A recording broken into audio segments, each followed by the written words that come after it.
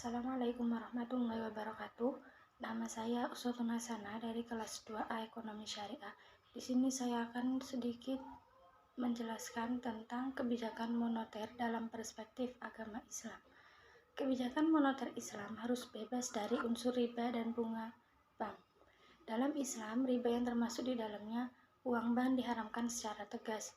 Dengan adanya pengharaman ini, bunga bank yang dalam ekonomi kapitalis menjadi instrumen utama, manajemen moneter menjadi tidak berlaku lagi.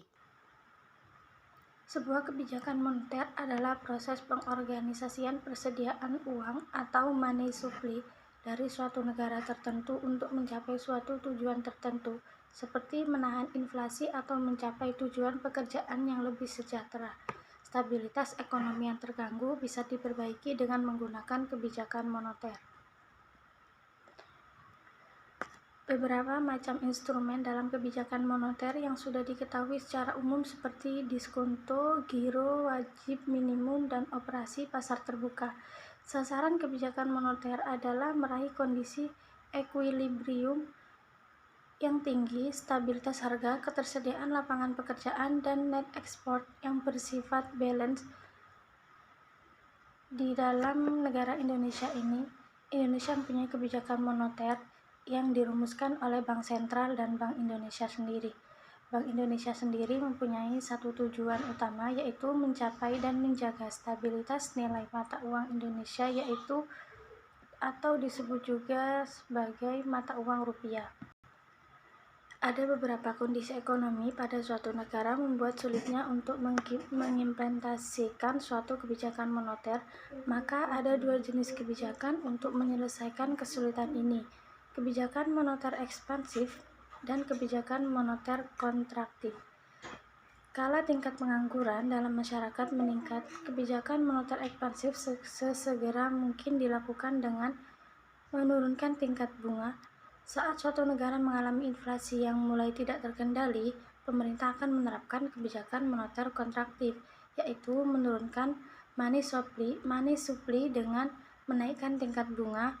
Bank sentral di Indonesia, yakni Bank Indonesia, bisa mengaplikasikan prinsip syariah Islam dalam mengatur kebijakan moneter.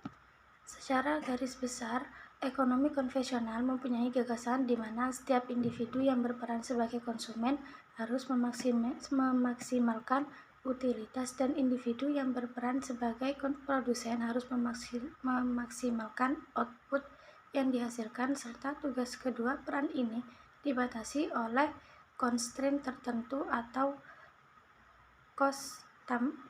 tugas kedua peran ini dibatasi oleh constraint tertentu atau disebut juga dengan cost.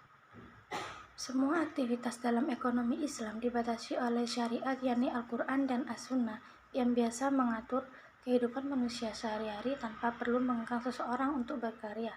Syariat Islam diturunkan dengan tujuan untuk kemaslahatan hidup manusia yang disebut maqasid syariah, yaitu terdiri dari memelihara agama, jiwa, akal, keturunan, dan juga harta. Selanjutnya, Bank Sentral bisa menetapkan limit tertinggi untuk menjamin bahwa total pembiayaan yang ada sesuai dengan target moneter. Instrumen untuk mengatasi masalah likuiditas diatasi dengan common pool, di mana bank umum diwajibkan untuk menyimpan sebagai simpanan dalam proporsi tertentu berdasarkan kesepakatan bersama. Lalu ada moral suasion, Bank Sentral dan Bank Umum harus melakukan konsultasi dan pertemuan untuk membahas masalah yang dihadapi agar tujuan yang direncanakan bisa lebih mudah untuk direalisasikan.